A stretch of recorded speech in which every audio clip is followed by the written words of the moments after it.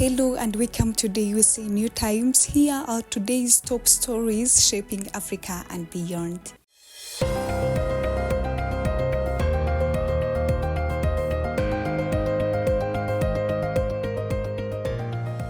On January 23, 2026, Rwanda made headlines with several notable developments spanning health, innovation, and regional security.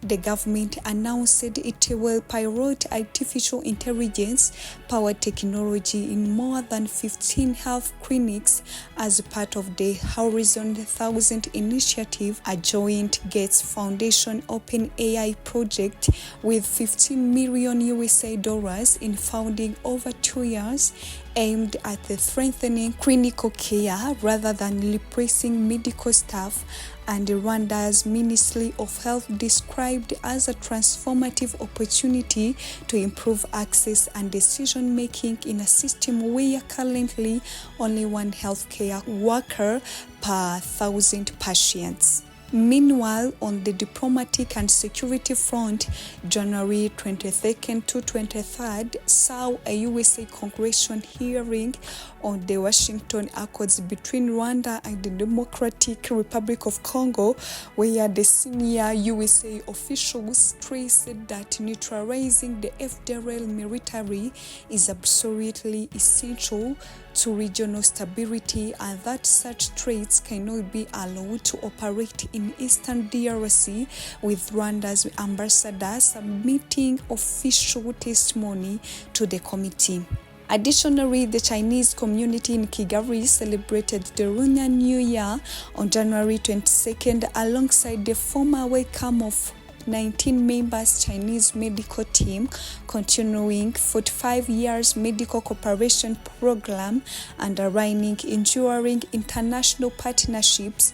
Finally, Rwanda is forecast to experience moderate to heavy rains from January 21st to 31st, with meteorologists predicting rainfall typical for this period that could affect daily life and agricultural activities. On January 23rd, the USA Weather Service issued widespread storm alert as a winter storm system threatened heavy snow, ice, and brutal cold across at least 35 states. Meteorologists warned that conditions could be life-threatening, leading to flight delay and schools closure and cancellation across multiple regions, reflected in official weather reports. Authorities highlighted that freezing rain and ice accumulation would make travel hazardous through the weekend.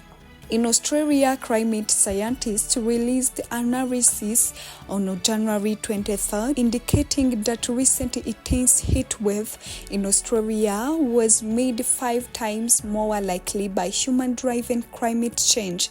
Researchers emphasized that such extremes are increasingly frequent and several thanks to rising global temperatures, highlighting ongoing environmental and public health concerns.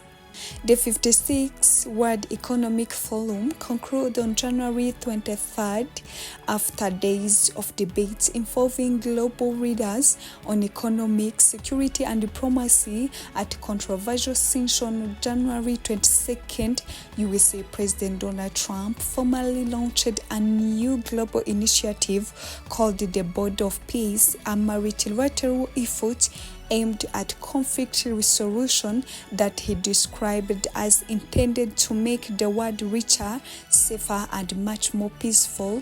Founding members from 19 countries signed the charter, but several key West nations, including UK, Germany, and France, declined to participate, citing concern it could overshadow the United Nations.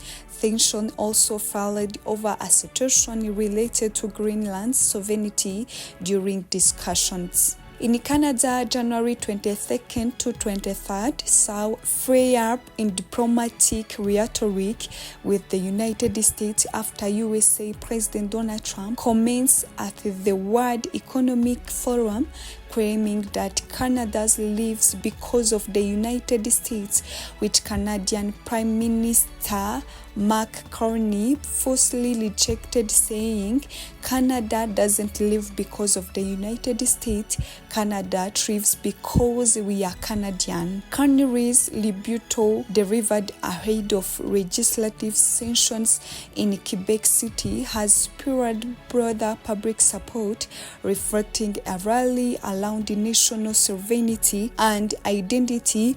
Amid external pressure, Trump also withdrew Canada's invitation to join the USA-led Board of Peace, intensifying political discourse at home as Ottawa emphasizes the strength of Canada's value and partnership while maintaining its own foreign policy direction. Canada's domestic political landscape was shaped by a mix of external pressure, policy change, and national culture as renewed verbal attacks from USA President Donald Trump appeared to galvanize public support for Prime Minister Mark Carney, with analysts observing a growing sense of national solidarity and noting that Canadians are rallying behind PM Carney in a response to criticism from abroad. Against this backdrop, Carney attended a cabinet planning forum in Quebec City,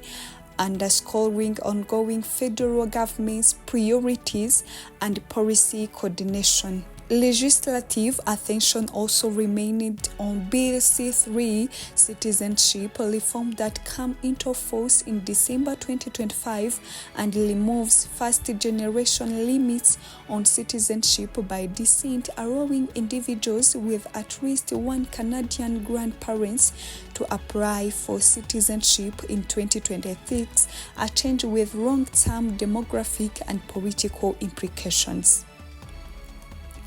Beyond politics, national attention also turned to sport as the 2026 Scottish Tournament of Hearts, Canada's premier women's curling championship, opened on January 23rd in Mississauga, Ontario, running through February 1st and reinforcing curling's enduring role in Canadian public life.